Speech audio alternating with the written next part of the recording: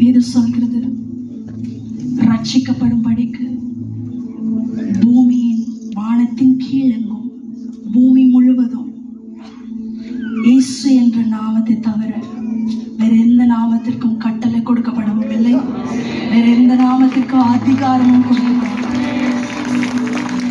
அவருடைய நாமம் எல்லா நாமத்திற்கும் மேலான நாமம். எல்லா நாமங்களும் இயேசுவே தேவன் என்று அழைக்கப்படும்.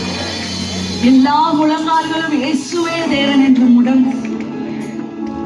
அவர் சிலுவை பரியந்தம் தன்னை தானே கீழ்ப்படுத்தி தாழ்மை ரூபம் எடுத்ததுனால அவருக்கு கிடைச்ச reward, above all the names, the name of the Lord Jesus Christ will be the highest name. Amen. நன்றி சொல்லலாமா? அவருடைய நாமத்திலே சுகம் உண்டு, அவருடைய நாமத்திலே வல்லமை உண்டு, அவருடைய நாமத்திலே விடுதலை உண்டு, அவருடைய நாமத்திலே சாபங்கள், கட்டுகள், பேய்கள், எல்லா நாச மோசங்களும் அவருடைய நாமத்திலே நீங்கிவிடும். Can we take hold of that name, Jesus, for us?